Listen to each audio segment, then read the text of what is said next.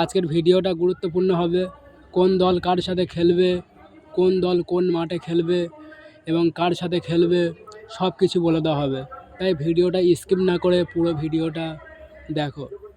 IPL 2026-এর দ্বিতীয় পর্বের সূচি অনুযায়ী 12টি মাঠে 13 এপ্রিল থেকে 24 মে পর্যন্ত 50টি ম্যাচ খেলা হবে। কলকাতা, কেরল এবং গুয়াহাটিতে ভোটের কারণে আগে পুরো সূচি ঘোষণা করা হয়নি, তবে ভোটের দিনক্ষণ জানানোর পর বিসিসিআই বাকি সূচি প্রকাশ করেছে। দ্বিতীয় দফায় 8টি ডবল হেডার ম্যাচ রয়েছে। দুপুরের ম্যাচগুলি 3.30 মিনিটে এবং রাতের ম্যাচগুলি 7.30 মিনিটে শুরু হবে। 13 এপ্রিল হায়দ্রাবাদে সানরাইজার্স হায়দ্রাবাদ বনাম রাজস্থান রয়্যালস ম্যাচ দিয়ে এই দফা শুরু হচ্ছে।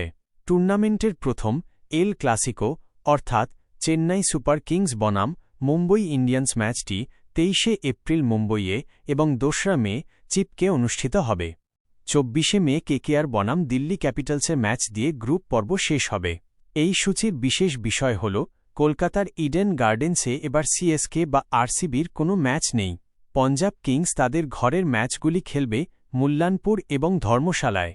বর্তমান চ্যাম্পিয়ন আরসিবি বেঙ্গালুরুতে 3টি হোম ম্যাচ খেললেও তাদের বাকি 2টি হোম ম্যাচ রায়পুরে অনুষ্ঠিত হবে। ফাইনাল ও কোয়ালিফায়ারের মতো প্লে অফ ম্যাচগুলির সূচি এবং ভেন্যু পরবর্তীতে জানানো হবে। ভিডিওটা এই পর্যন্ত ছিল। আরও ভালো ভালো ভিডিও আসবে। আইপিএলের অনেক তথ্য এই চ্যানেলে পাওয়া যাবে। তাই সব কিছু দেখার জন্য চ্যানেলটা সাবস্ক্রাইব করো, লাইক করে যাবেন, শেয়ার কমেন্ট করে যাবেন। ধন্যবাদ সবাইকে।